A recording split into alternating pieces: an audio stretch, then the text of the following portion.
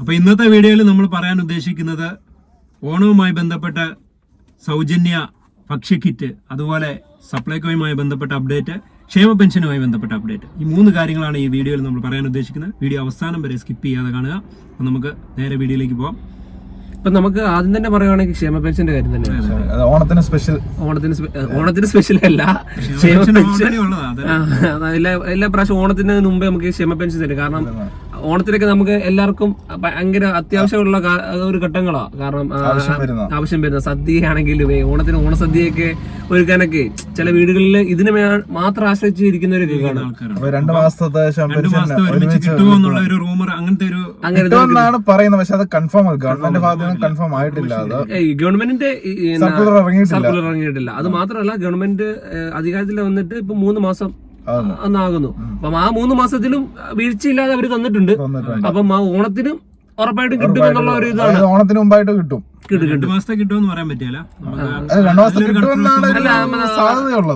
ബലിപ്പെരുന്നാളാണെങ്കിലും അതിനു മുമ്പേ അവർക്ക് ഓണം ഇത് കിട്ടിയിട്ടുണ്ടായിരുന്നു, ക്ഷേമ പെൻഷൻ കിട്ടിയിട്ടുണ്ടായിരുന്നു. അതുപോലെ തന്നെ ബലിപ്പെരുന്നാൾ കിറ്റ് എന്നൊക്കെ പറഞ്ഞ് വന്നിട്ടുണ്ടായിരുന്നു.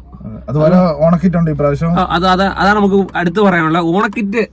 അത് എല്ലാവരും പ്രതീക്ഷിച്ച എല്ലാവർക്കും ലഭിക്കുമോ എന്നുള്ള ഒരു അങ്ങനെ ഒരു അത് മാത്രമല്ല, ഈ പെൻഷന്റെ കാര്യം പറയുവാണെങ്കിൽ ഇനി മുതൽ സഹകരണ ബാങ്കിൽ നിന്നുള്ള ആ പെൻഷൻ നിർത്തുവാണ്.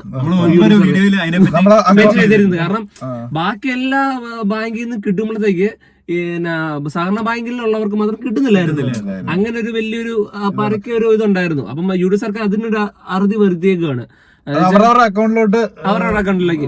ഇപ്പം ഒരാൾ മരിച്ചാൽ പോലും കിട്ടിക്കൊണ്ടിരുന്ന പലയിടത്തും മേടിച്ചോണ്ടിരുന്ന സാഹചര്യമൊക്കെ ഉണ്ട്.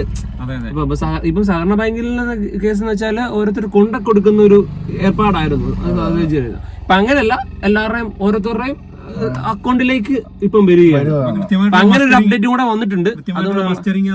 കാത്തു നിൽക്കേണ്ട ആവശ്യമില്ല. അതെ, ആ സമയത്ത് തന്നെ അക്കൗണ്ടിൽ കാശ് കയറിക്കൊള്ളു. ഇതിപ്പം ഇപ്പം മറ്റേ സഹകരണ ബാങ്കിലാണെങ്കിൽ ആർക്ക് വേണമെങ്കിലും കൈപ്പറ്റാന്നുള്ള സാഹചര്യമായിരുന്നു. അപ്പൊ അതിൽ നിന്നൊരു അറുതി വരുത്തിയിരിക്കുന്നുണ്ട്. ബെനിഫിഷ്യറിയുടെ അക്കൗണ്ടിലേക്ക് വരുന്നില്ല. നല്ലൊരു തീരുമാനം. അതുപോലെ തന്നെ നമുക്ക് പിന്നെ അടുത്ത് പറയുകയാണെങ്കിൽ ഓണക്കിറ്റ്. അത് ആർക്കൊക്കെയാണ് ഉള്ളതെന്ന് നമുക്ക് നോക്കാം. എല്ലാവർക്കും ലഭിക്കുമോ എന്നുള്ള ആകാംക്ഷയുണ്ട്.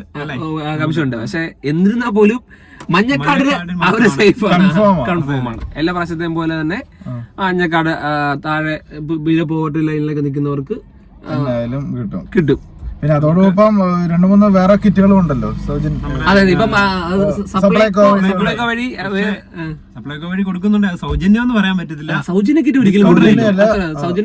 ഒരിക്കലും അങ്ങനെ സപ്ലൈകോ വഴി കൊടുക്കാൻ ചാൻസ് ഇല്ലല്ലോ.